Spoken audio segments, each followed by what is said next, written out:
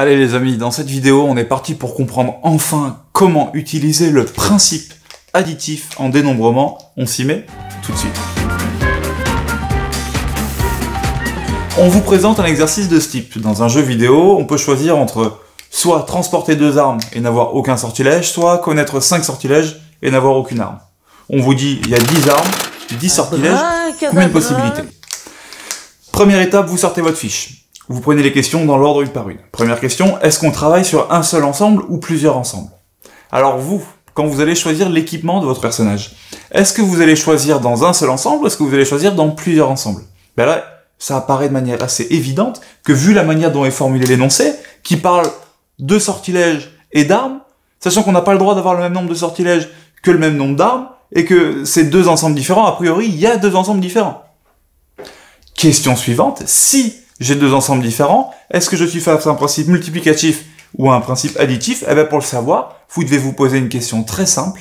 Est-ce que le lien entre ces 2 ensembles, c'est un « et », c'est-à-dire, est-ce que je vais prendre des sortilèges et des armes, ou est-ce que je vais prendre des sortilèges ou des armes? C'est aussi simple que ça. Si c'est des sortilèges et des armes, principe multiplicatif. Si c'est des sortilèges ou des armes, principe additif. Nous, on est clairement sur des sortilèges ou des armes, c'est-à-dire que le joueur a le choix entre soit l'un, soit l'autre, donc il va devoir faire un choix, c'est un ou.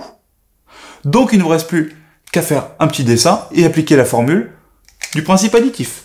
Alors, le dessin, c'est celui-là. On voit qu'on a un ensemble avec des armes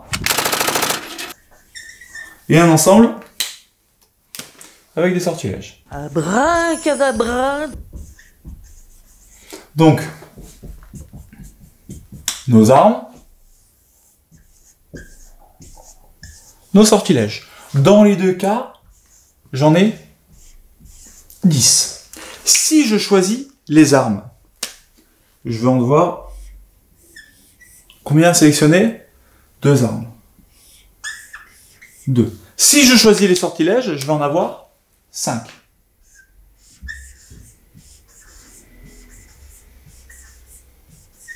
Donc, moi, je me retrouve avec ces 2 calculs à faire, et vu que c'est un principe additif, je vais prendre le résultat de ce calcul, je vais prendre le résultat de ce calcul, et je vais tout simplement les additionner. Si ça avait été un principe multiplicatif, j'aurais pris ces 2 résultats et je les aurais multipliés. Et pour chacun de ces résultats, on reprend notre fiche. J'ai 1 ou 2 armes à choisir parmi 10. Est-ce que je prends dans un seul ensemble? Oui, je prends dans un seul ensemble. Est-ce que l'ordre compte? Eh ben, si j'ai une mitrailleuse et une machette, est-ce que c'est différent de si j'ai une machette ou une mitrailleuse? Non, c'est exactement la même chose, donc l'ordre ne compte pas. Donc, le résultat ici, c'est directement K, c'est-à-dire 1, 2, parmi N, c'est-à-dire 10. Et ici, même chose, l'ordre ne compte pas. Donc c'est 1, 2, 3, 4, 5, 5, parmi 10. Et je sors ma calculatrice si je veux avoir une idée plus précise du résultat, mais vous avez compris l'idée. Vous avez vu comment on fait.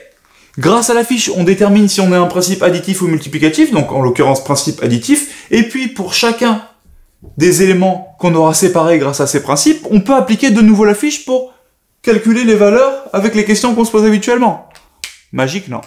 On vous a mis des petits exercices en dessous, entraînez-vous, franchement ça fait du bien à la tête. Juste après, on fait le principe multiplicatif, à vous de jouer, vous êtes des champions.